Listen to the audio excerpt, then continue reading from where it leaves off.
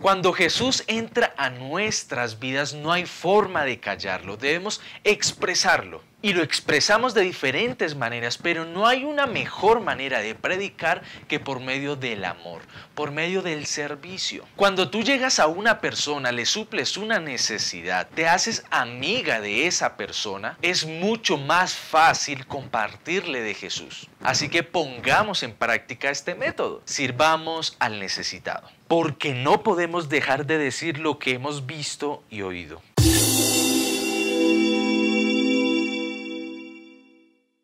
No hay algo que cautive más a una persona que una experiencia vivida. Por eso nos gustan los deportes extremos, cosas que nos causen suspenso, ¿cierto? Que nos causen adrenalina como los parques mecánicos y muchas experiencias más. No hay nada mejor, no hay nada que cautive más que una experiencia vivida. Es poco lo que podemos hacer con las palabras o con el conocimiento comparado a lo mucho que puede brindar una experiencia. Es difícil debatir o es difícil argumentar en contra de alguien que ha vivido una experiencia. No puedes ir intelectualmente en contra de alguien que lo ha vivido en carne y hueso. Y hoy veremos algunos ejemplos de personajes de la Biblia que vivieron una experiencia única con Jesús. Tenemos nuestro primer caso. Se trata de un joven que está endemoniado, pero es un joven peculiar. Ya sabemos lo terrible que es que un demonio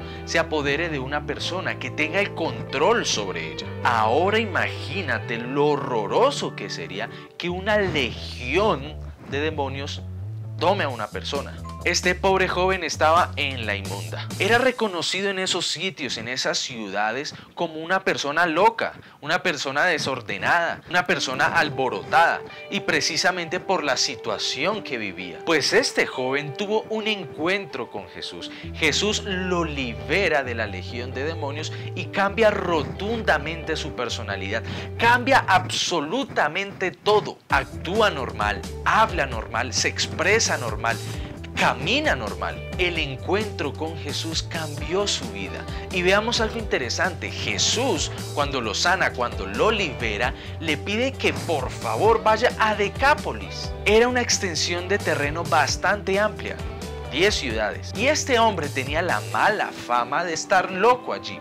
Ahora Jesús lo manda a Decápolis. Cuando las personas vieran lo que Jesús había hecho en este joven, iban a saber el poder que tenía Cristo sobre las personas. Veamos nuestro segundo caso. María. Después de la muerte de Jesús, un grupo de mujeres, incluidas entre ellas María, se dirigieron hacia donde lo habían sepultado para perfumar su cuerpo muerto. Cuando llegaron allí se dieron cuenta que la tumba estaba abierta y no solo esto, estaba vacía.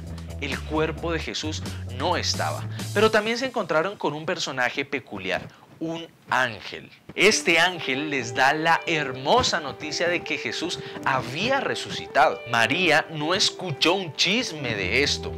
No se imaginó al ángel. No fue que le contaron por allí, que le contó la vecina, que una cosa, que la otra. No, vivió la experiencia, vio la tumba vacía, escuchó al ángel, vio al ángel. Inmediatamente le fue a contar a los discípulos.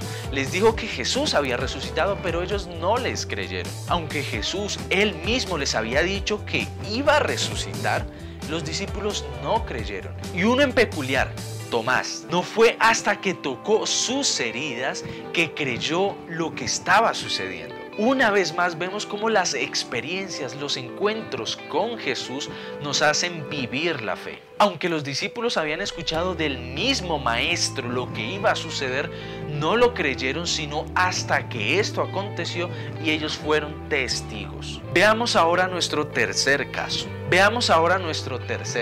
Pedro y Juan venían de un sitio conocido porque sus habitantes eran algo vulgares, mal hablados, personas totalmente descorteses. Pues ahora este Pedro, que era pobre, pescador de bajos recursos, cambió totalmente después de 3 años vividos con Jesús. Ahora era un conferencista mundial, predicaba por diferentes países, hablaba con personas que se expresaban en diferentes idiomas, bautizaba a miles. Incluso este pescador escribió 2 cartas que están dentro del libro más importante de la historia, la Biblia. El encuentro con Jesús llevó a estos simples pescadores a ser grandes personas. Y no solo fueron grandes personas, sino que predicaron acerca de esto. Nuestro cuarto caso, Pablo o Saulo de Tarso. Antes era un sicario, asesino de cristianos. Era el actor intelectual de la muerte de los seguidores de Cristo. Ahora, tuvo un encuentro con Jesús y después de esto llegó a ser el perseguidor, a ser el perseguido. Un gran predicador, un gran escritor. Incluso tal fue su testimonio, tal fue su vida, que los demás veían lo que él hacía, lo que él hablaba, cómo se expresaba, que el mismo rey Agripa expresó: por poco me persuades a ser cristiano. Las experiencias que vivieron cada uno de estos personajes fueron diferentes, auténticas y únicas. Pero hay un factor en común: Jesús. Cuando Jesús entra a tu vida no hay forma de callarlo. Si Jesús, el Salvador, entra en tu mente, entra en tu corazón, no hay forma de ocultarlo. Jesús transforma vidas. Y es por medio de nuestro testimonio, de nuestra vida, de nuestro actuar, de nuestro vestir, de nuestro hablar, de nuestro expresar, que predicamos acerca de ese Jesús. Predicó el endemoniado, predicó María, predicó el pescador, predicó Pablo. Ahora yo te pregunto, y me pregunto a mí, ¿estamos predicando del Jesús que ya entró a nuestras vidas? Vivamos una vida como Jesús la hubiera vivido. Cuando Jesús entra a nuestras vidas, se nota el cambio y comenzamos a predicar. Ahora yo te pregunto, ¿ya Jesús entró en tu vida? Recuerda comentarnos qué fue lo que más te gustó del repaso de la lección de esta semana. Que Dios te bendiga y no olvides sonreír.